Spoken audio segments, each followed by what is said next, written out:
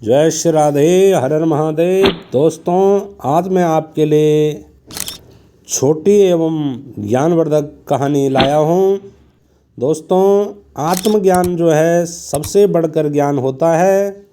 इस संदर्भ में मैं आपको एक दत्तात्रेय और राजा यदु का एक संवाद सुनाता हूँ, उसको ध्यान से सुनना। एक बार अवधूत वेश में दत्तात्रेय को देख राजा यदु ने पूछा, हे ब्राह्मण, आप तो कभी भी कर्म नहीं करते, फिर भी आपको यह विलक्षण मोक्ष ज्ञान कहाँ से प्राप्त हुआ? दत्तात्रेय बोले, हे राजन, अपनी बुद्धि से हमारे कई गुरु हैं जिनसे मैंने ज्ञान प्राप्त किया है, जैसे पृथ्वी, वायु, आकाश, जल, अग्नि, चंद्रमा, सूर्य और कपोत आदि, जिनसे मैंने अपने आत्मविश्वास के बल पर ज्ञान प्राप्त किया है।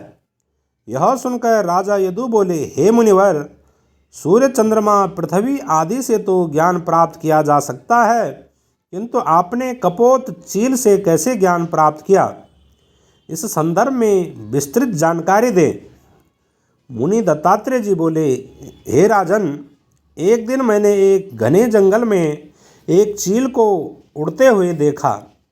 उसके पास एक मांस का टुकड़ा था। उसे देखकर अन्य चीलें उसे छीनने का विचार करने लगे और वे सभी चीलें उस पर झपटने लगे। उस चील ने सोचा कि इस मांस के टुकड़े के कारण आज मेरी मृत्यु हो जाएगी, अतः उसने वह टुकड़ा धरती पर पटक दिया और स्वयं एक वृक्ष पर जा बैठा।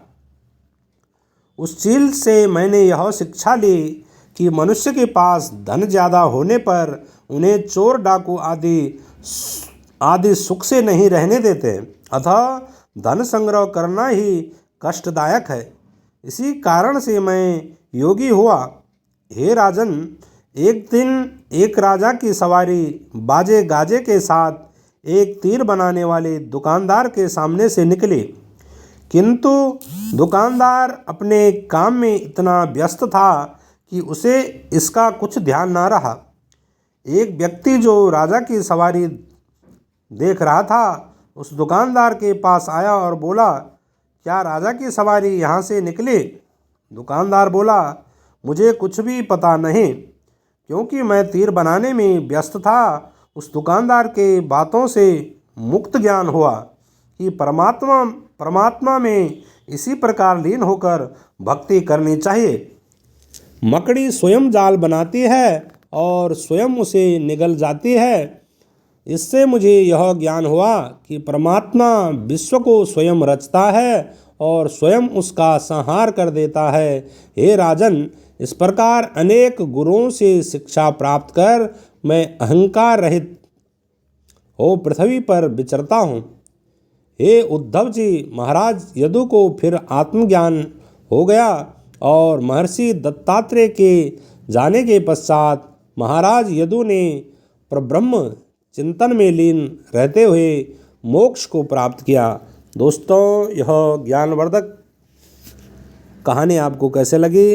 अच्छी लगी तो इसको शेयर करें और लाइक करें, कमेंट करें और हमारे चैनल त्रिकाल दृष्टि को सब्सक्राइब करना ना भूलें।